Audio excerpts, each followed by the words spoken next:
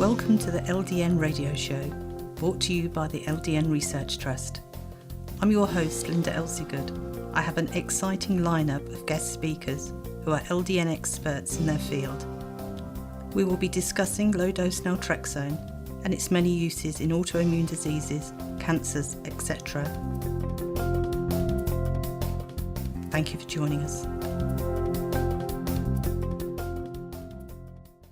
This show is sponsored by Mark Drugs, who specialise in the custom compounding of medications, assuring that the client gets the proper prescriptions for their unique needs and conditions. They work with practitioners, integrating knowledge and treatment of experts to create comprehensive health plans. Visit markdrugs.com or call Roselle 630 529 3400 or Deerfield 847 419 9898. Today I'm joined by Dr. Tracy Magerus, who's an NMD from Phoenix in Arizona. Thank you for joining us today, Tracy. Hello, thank you for having me. Could you tell us, first of all, what training you've had, what experience you've had to date? Sure. I'm a naturopathic doctor, so I went to a 4-year graduate naturopathic school that's located here in Tempe, Arizona. It's called Southwest College of Naturopathic Medicine. I graduated from there in 2009 and then completed a 1-year general practice residency at the same institution and graduated from that in 2010, and I've been in private practice since. Mm-hmm. And primarily, what is the age group that you treat? I mostly focus in women's health, and that's everything from younger girls up to, menopause and beyond, and kind of everything in between. I do some child well checks and things like that, but my primary focus has been on adults throughout my practice. Mm-hmm. When did you first hear about LDN? Well, it's really interesting because it was a patient who had heard about it and came when I was actually a student, came to the rotation I was working on and presented it as an option and wanted to try it. She suffered from Hashimoto's thyroiditis and celiac disease and had kind of done her own research and, brought some really relevant information. So between the supervising doctor and I, we decided to try it. And we were really amazed because over about a course of 3 months, her thyroid function had completely normalized. She actually went off her medication, which I don't always recommend, but she did at that time. And at the end of 3 months, she wanted to continue a little longer to see if it could have an effect on her celiac disease. So, of course, we let her continue to use it. And unfortunately, she never was really able to tolerate gluten with the celiac disease. But her thyroid, again, stayed completely normal. And I followed her for about a year until I graduated, and she still was doing great. Mm-hmm. It's so amazing when you hear these stories. People can have really amazing results with LDN. So what conditions would you say you've treated in your practice? Well, it's funny that thinking about this is that I had such a great experience that then, I graduated, took my boards, got a job, waited for my residency, and I totally forgot about it. And it wasn't until, so that was probably about 2006 or 7 that I had the experience with that patient. Mm-hmm. So it must have been about 2012. I had another patient come who had been doing her own research, and she suffered from multiple sclerosis and came in and wanted to try it. So it reminded me that I had had such a great experience with it before. So I said, well, of course. And we started her on the lowest dose, and she called back within 1 week and was ecstatic because her fatigue, which had been debilitating, was so much better. Her pain and spasms and achiness was also starting to improve. And it had really only been a week. So I said, well, let's just keep going. And, that was probably 2012. She's still on it to this day. Her dose is about the middle of the road dose, and it helps keep her MS really stable so she doesn't have any of those kind of relapsing flares anymore. Mm. And so that was another great experience. And so since then, that really helped to solidify it in my mind. And so I have several patients with autoimmune disease, specifically rheumatoid arthritis. Actually, I've had a few patients with that. And they really report the same kind of pattern. If it's going to work for them, they start to feel better within, the first week or two, or clearly within the first month. And really, again, helps to stabilize them to where they're not having any flares of the condition. Probably my most dramatic case besides those ones is I have a patient with lupus, and she's younger. She's 37, and I had been trying to get her to try to use it for years, but she was very skeptical, so I kept giving her more and more references and resources, and, she had used pain medicine from time to time to manage her pain, got her off of that, and finally had her try it. And again, it was like the light switch went on, and her symptoms, went into remission. And she still has flares here and there, but they had told her that she wouldn't be able to get pregnant again. But she did. She's still, about to deliver that baby in probably another 2 weeks. Wow. So she was able to get pregnant and carry the baby to term, which was pretty good because she's definitely in the high risk category. Wow. That is something. I've also used this in a patient with ulcerative colitis, and it completely put her ulcerative colitis in remission. And she also had concurrently celiac disease, to where she was so intolerant that even eating in a restaurant where things were cross-contaminated would cause her to break out in rashes. And it didn't fix that. Of course, I don't have a magic bullet for celiac disease, but it did help her to become a little less reactive so that it wouldn't debilitate her for days if she did get accidentally exposed to gluten. And her ulcerative colitis went completely into remission. No more bleeding, no more diarrhea, all of those things resolved. Wow. How many patients would you say you have on LDN? I was just thinking about that. I've probably had about, over the years, maybe 20 to 25 patients.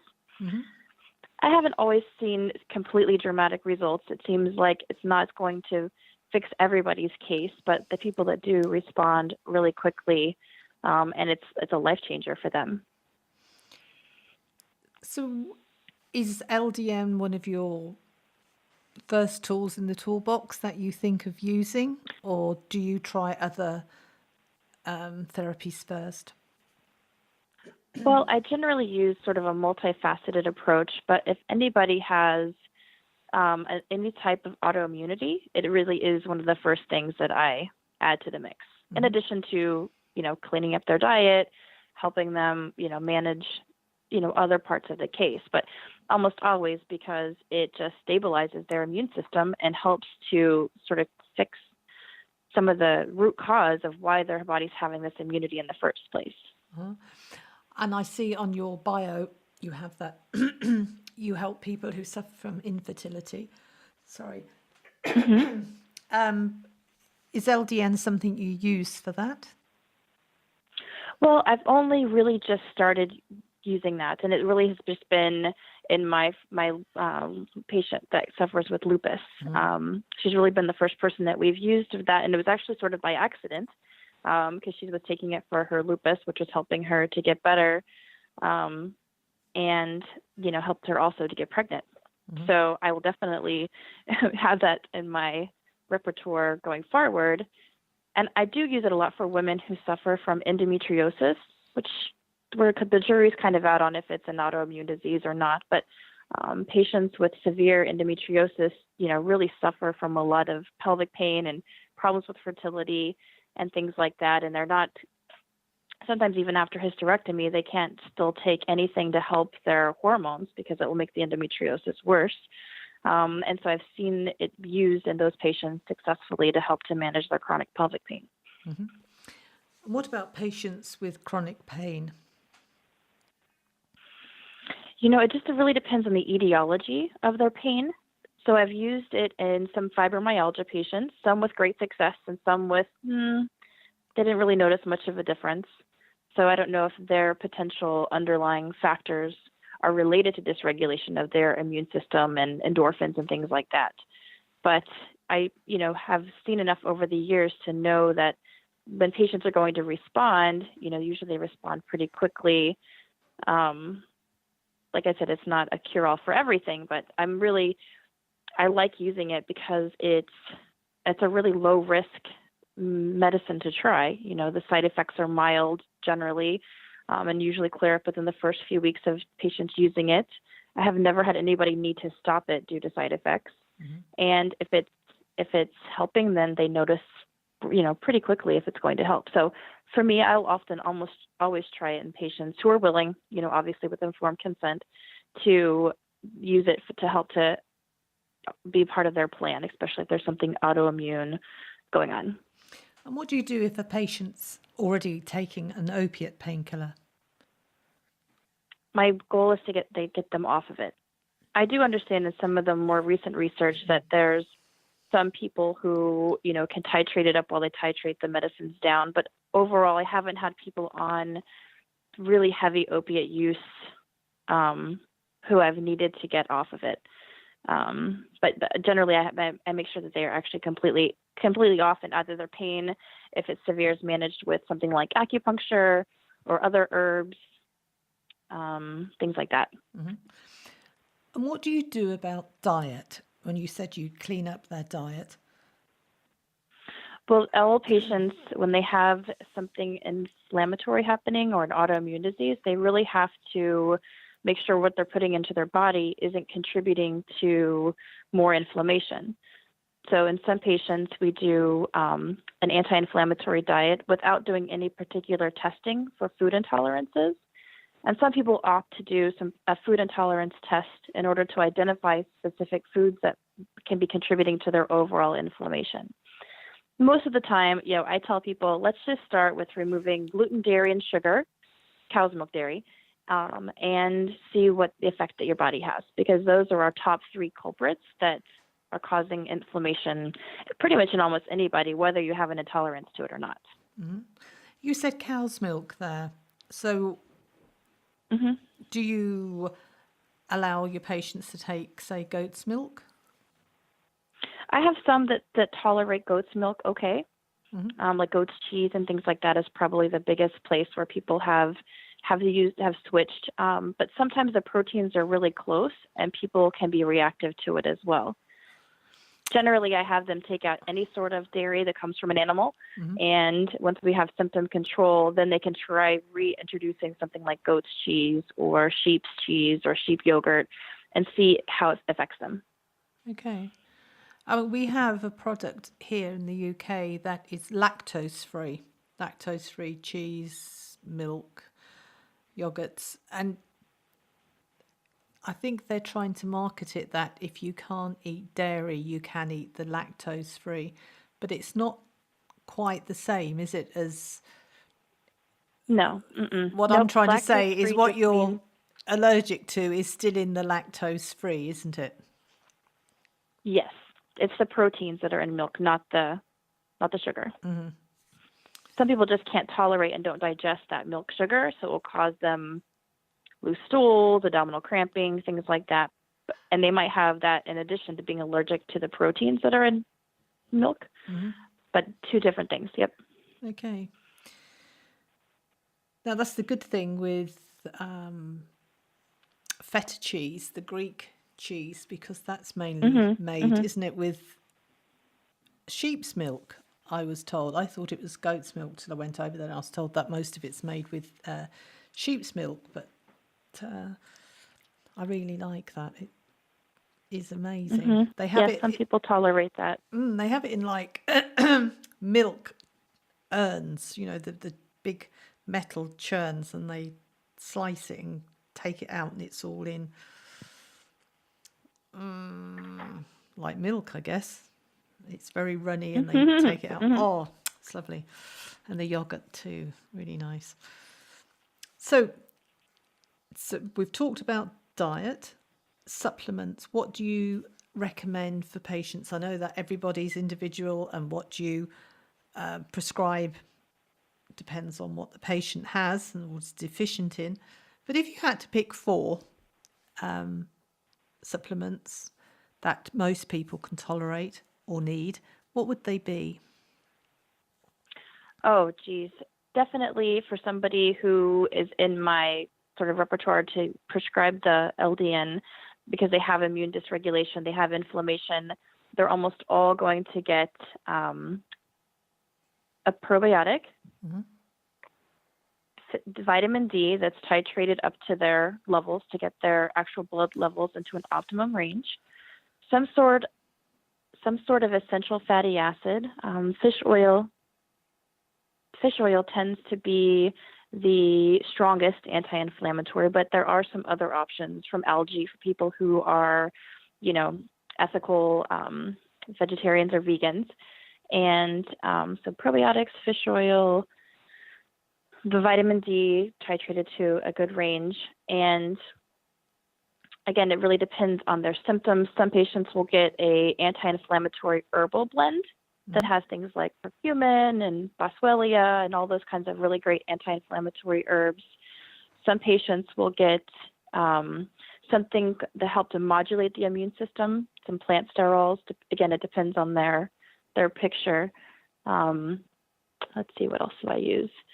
And a multivitamin, kind of just a low grade multivitamin, just to kind of fill in the blanks of any dietary deficiencies. And then more condition specific, like patients with Hashimoto's, I've seen the LDN really help to, and those patients who their thyroid's too high, it's too low, it's too high, and they're kind of all over the place in response to the same dose of medication. The LDN seems to really help to stabilize them to where they don't have those ups and downs anymore. And so some of those patients will also get things like selenium. Okay. And you use traditional Chinese acupuncture. Where does that fit into your treatment regime? It can be very effective for helping with any sort of pain, especially if they had previously been relying on pain relievers. A lot of patients are really reluctant to give that up, feeling like they won't have any pain control, and then they get on the LDN and their pain is better.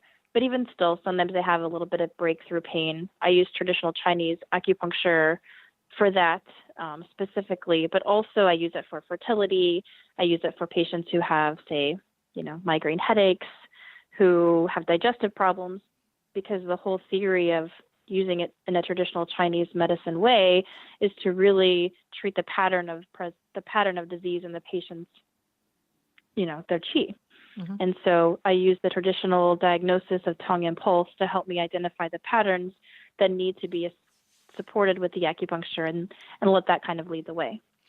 I had acupuncture many years ago now, and I had the needles in my back, and then he put cups over them. And that was pretty painful. I can remember. Yeah, I bet you. Because he lit something like methylated spirits in the cup to burn the oxygen, I guess, and then put it over, the needle would be in the middle of this cup, and it would just suck the skin. Oh, I can even now think, that really hurts. And then you'd have like 10 or so of these cups on you for quite a while, then you'd have to release the pressure to take them off. But I'd got MS, but he was trying to help with different numbness and things, which was a symptom of MS. I don't think it particularly helped, but I had Chinese herbs. He would put together, he was a Chinese doctor, put together different mushrooms and bits of bark and things that I would have to come home and leave it in some water for a while and then boil it and then drink a cup of it a day or something. And it tasted awful. Tasted absolutely awful. Chinese herbs taste terrible. But they work. They are very strong, and they work really, really well. But yeah, they taste bad. They taste a lot worse than Western herbs. Definitely. But it did help with my stomach and things like that. I can remember. Hmm. But I can just remember thinking how vile it tasted. I mean, unbelievable. But we don't actually, or with the herbs that you're talking about, you don't have to make them into a tea, if you like, do you? They, No, I generally try to use them in a tincture form. uh-huh. So that's an extract of the plant that's either done in a high proof grain alcohol or in a sort of vegetable glycerin, because they can make them alcohol free. And so that extracts the medicinal components of the plant out into the liquid. And so then when the process is complete, it's about 6 to 8 weeks with the liquid, and the plant matter is strained out. And now you have just a liquid of, the plant, basically. And then we can combine those in a specific formula for patients. And some of them taste better than others, for sure. But none of them are as bad as the Chinese herbs. So do you take it with a dropper or have it on a teaspoon? How do you take Usually it? the dropper. The dropper is easier because each, it comes in like a 2 ounce, a 4 ounce, an 8 ounce, and each dropper is 1 milliliter. Okay. Standardized, so we're able to know how much to dose it. And so generally it's 2 to 3 droppers full, which is about half a teaspoon. Okay. If somebody really wants to measure it in a spoon, but the droppers are easier for patients, So compliance. do you actually make your own mixture of herbs? I don't make the base tinctures. We have a really amazing place that does that in Sedona, up in northern Arizona, who grows their own plants and creates the tinctures. And then we have sort of in our medicinary a wall of all the different plant extracts. And so with those already being made, now I can combine them into a formula for my patients. That's really interesting, isn't it? They work better because they're, when you buy something in a capsule, you don't know how old it was when the person who made it got it. You don't know how it's been stored. And I just feel like you get more potency out of the liquid extracts of herbs. And really the only limiting factor is, taste. Some patients just, won't take anything that tastes off. But most will because they feel better faster. And how long do the mixtures last for once you've made them for the patient? Like as far as an expiration date? Yes. They last a really long time. The base that they're in, nothing is going to mold or grow in it. And so, I believe that the shelf life on that is several years. Wow. Goodness. And is it expensive? It's about $10 an ounce. So the cost can be a little more expensive, and generally a 4-ounce bottle will last about a month. Sometimes if it's more of an acute illness and you have to use more at a time, that might not last quite a month. But most people who are on it for a chronic condition or hormone imbalance or all those kinds of things, generally they're going to be on it long term. So we just build them up kind of slowly and they feel better. When you say long term, do you mean indefinitely? Oh, no. But it could be several years. It depends on the patient's condition. And so if they're using some herbs to help to regulate their, say, menstrual cycle, their hormonal picture is going to change as time goes on, and so we always recheck in on how they're doing. Do we need to change the formula? Is it time to go off of it? And do we need something more? It really just depends on the patient. So you've got your acupuncture, you've got your herbs, you've got your bioidentical hormones, you've got the LDN, diet and supplements. What else do you have in your toolbox? Well, for patients who suffer from chronic pain, but not one that I think that the LDN will help. So like, say, for example, just osteoarthritis of the knees. and it's starting to limit their ability to, obviously walk or go and do things, play with their grandkids. I also offer a regenerative injection therapy called prolotherapy, where we can use that particular therapy to help to stimulate the body's own innate healing and really help with pain relief in like those osteoarthritis knees. Mm. So that's a relatively newer therapy and then we also offer platelet-rich plasma, which is an extract of the patient's own blood that has a better amount of their own growth factors, if you want to call it that really regeneration of, osteoarthritis knees. Mm. And helps them to maintain pain control. How do you go about doing that? Do you take some blood out, clean it up, and pop it back? Mm-hmm. Well, there's actually a standardized, like FDA-approved extraction system, so that it goes through a special process so that what you're extracting from the person's blood has the right amount of growth factors and is concentrated. And then it's actually placed back into the area where the problem is. Say, for example, a knee, it's a good example. It's actually put into the intra-articular, into the knee, which then can coat all the surfaces where there's cartilage, where there's ligaments and meniscus, and really help to draw healing attention to those structures that don't have a lot of their own blood supply or a lot of their own regeneration powers. Wow. And I have had some people with osteoarthritis telling me that LDN has worked for them. Now, it's not autoimmune. It means that as far as I can see, that the bones rub together, the cartilage is worn away. I can't see how it would work or why it would work, but there are some people that have told me that they've become not pain-free, but the pain has been bearable where it hadn't been previously. So I don't know why that works, but it might be something, if you have a patient, to actually try and do a little experiment and let us know if you find that it works. I mean, I interviewed a lady the other day from Denmark, and she had got a loose coccyx, and her tailbone was moving the whole time, and it just wore away the cartilage. And she was having problems sitting, driving, sleeping. Oh, I bet.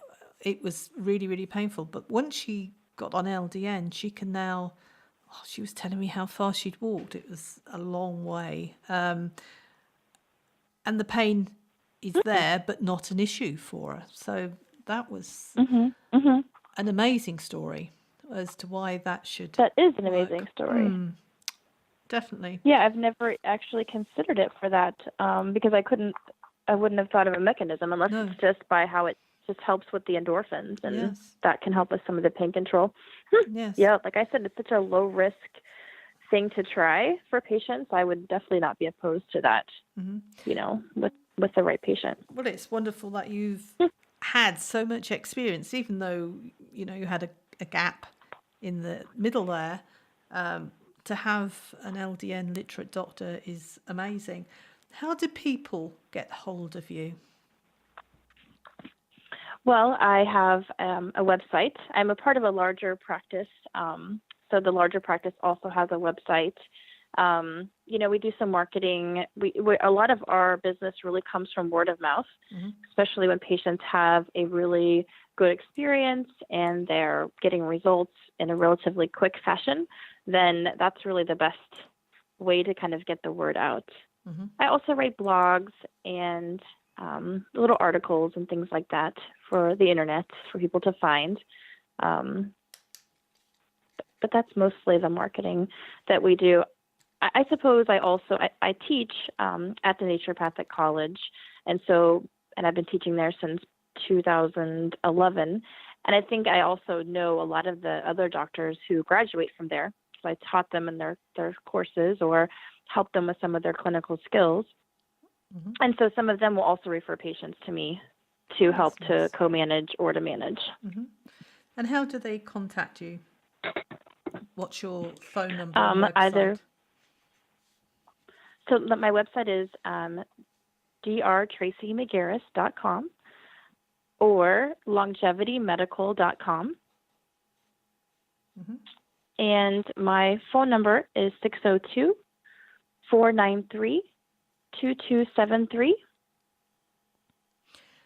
And do you have a waiting list? It really just depends on the time of year. Generally, we're able, especially for patients who are in really dire straits, we really try to get them in as soon as possible. Okay. Well, what can I say? Thank you so much for sharing your experience today. It's been amazing. Yes, I'm a huge proponent of the low dose naltrexone. I think it's one of the closest things that we've seen to, kind of like that magic bullet that really can help turn some of these really complicated and complex cases around.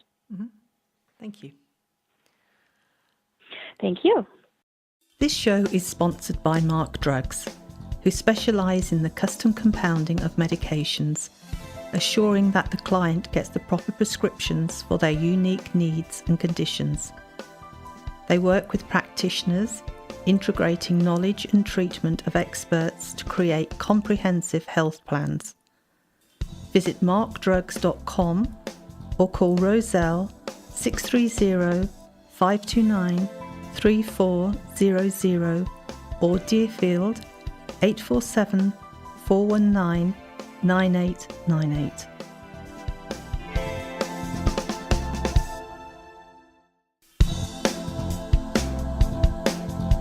Any questions or comments you may have, please email me, Linda, Linda, at ldnrt.org. I look forward to hearing from you. Thank you for joining us today. We really appreciated your company. Until next time, stay safe and keep well.